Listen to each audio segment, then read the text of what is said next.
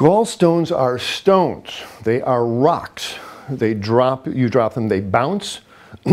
People make jewelry out of them. And you have to, if you want to crush them, you got to use a pair of pliers to crush them. They are stones. That's why they're called gallstones. That's an important fact, which you'll know the reason why in a minute. So what's the gallbladder flush? What's behind this? Well, this is presented to people who have stones in their gallbladder. They don't want an operation.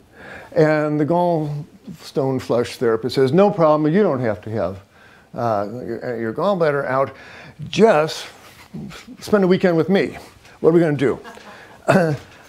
We're going to give you a good jolt of fat to consume.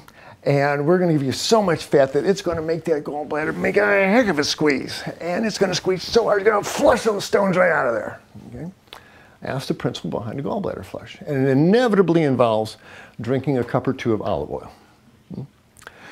Now the formula also inevitably involves something that is acidic, either the citric acid in orange juice or apple cider vinegar with its acetic acid, but there's always an acid involved. Why?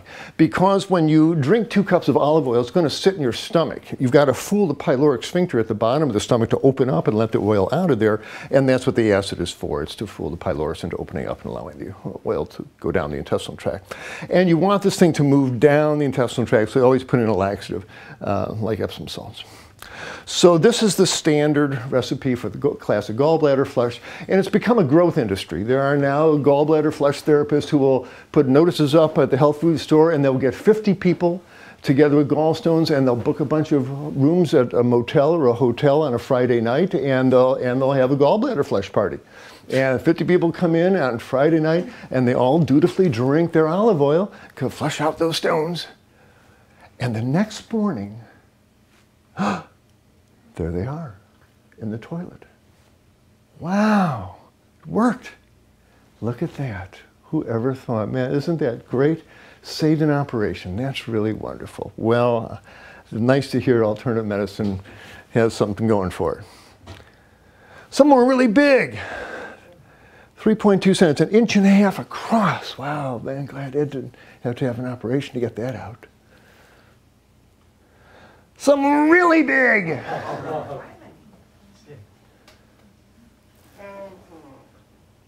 Wait a minute. How big is the sphincter of Odie? Yeah.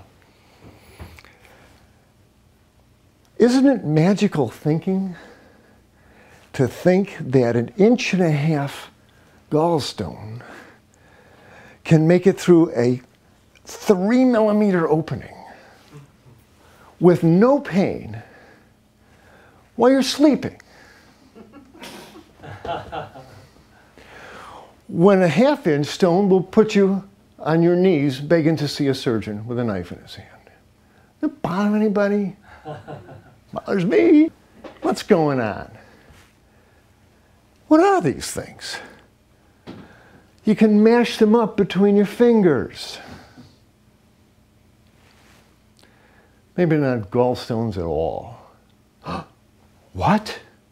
Don't tell me the therapist would deceive me. What else could they be?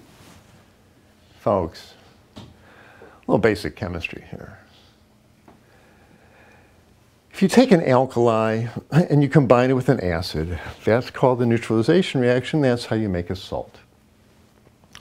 But instead of combining the alkali with an acid, we combine the alkali with a fat.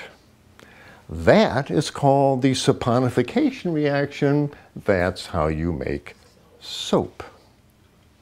That's how soap's always been made. You can do it on your stovetop. Take a pot of water, put some Drano in it. It's sodium hydroxide, it's lye, it's alkaline. Okay, there's the alkali. And then pour in some olive oil. There's the fat. Soon as the olive oil hits the alkali, precipitates out as soap. That's how soap is made. That's how commercial soap is made. That's how soap has always been made since time began. Okay? Fat plus alkali equals soap. Here's the fat. You drank 2 cups of fat the night before. Where's the alkali? Well, down in your intestine, here's the pancreas sitting just downstream from the stomach. What's the pancreas doing there? The stomach releases quarts of hydrochloric acid. This acid would burn your intestinal lining. You got to neutralize that acid. Pancreas says, I can do that. The pancreas puts out a juice that is so alkaline, so loaded with bicarbonate, that it's got a pH of almost 9. It's really alkaline. There's the alkali. So the fat, the olive oil that you consume is the fat. Here's a squirt of alkali from the pancreas. And so the next morning, you find you've made olive oil soap. Mm-hmm. This is a physiologic parlor trick, folks. And it's an old one. It's been used for 100 years at least.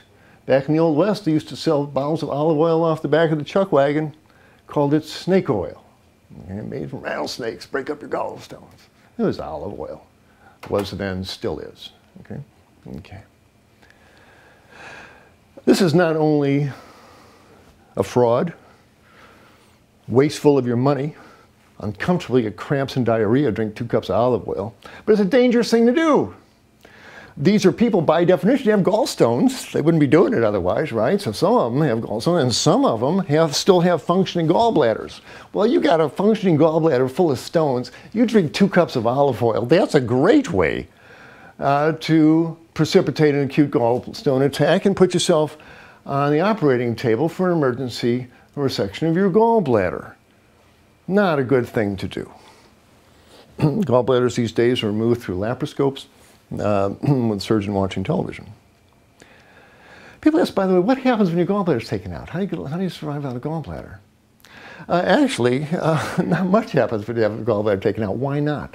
Well, you understand, if you understand what happens to bile naturally, the bile is secreted by the liver, goes down into the duodenum, mixes with your food where the fats are emulsified. The fats and the bile salts are absorbed and through the bloodstream. They come back up to the liver. The liver immediately takes the fat and the bile salts, separates the two, metabolizes the fat, and takes the bile salt and secretes it back down into the bile.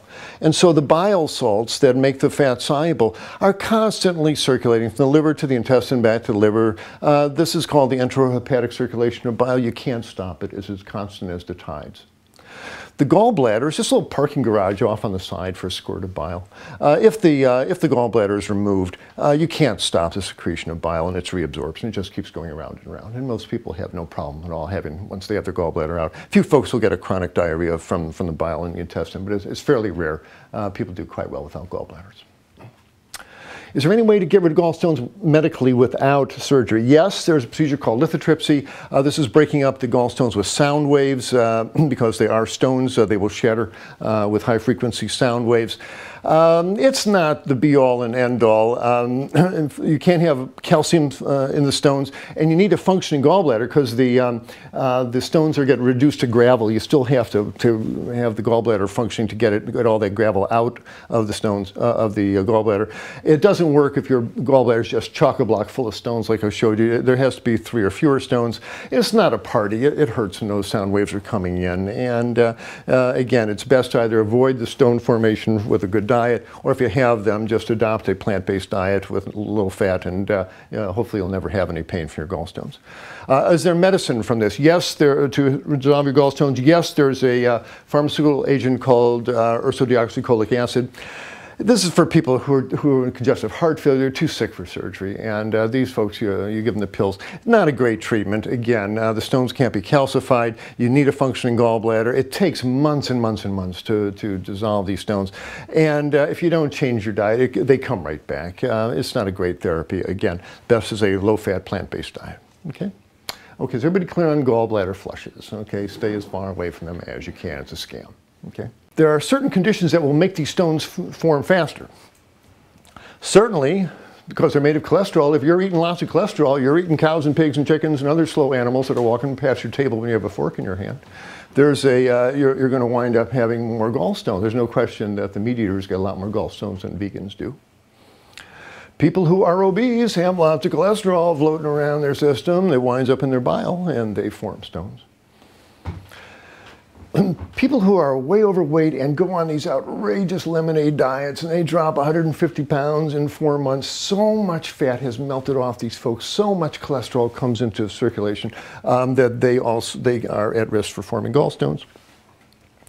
And when a woman has lots of estrogen in her bloodstream, it changes the chemistry of the bile and it makes it more likely for cholesterol stones to form. And so when a woman is pregnant, she's walking around with high estrogen levels for 9 months. This is the classic time when gallstones form. The classic gallstone patient is a woman in her 40s, had 3 or 4 pregnancies, she's overweight, and she's the classic gallstone patient. But a woman who's taking oral contraceptive pills also is at risk for forming gallstones as well for the same reason.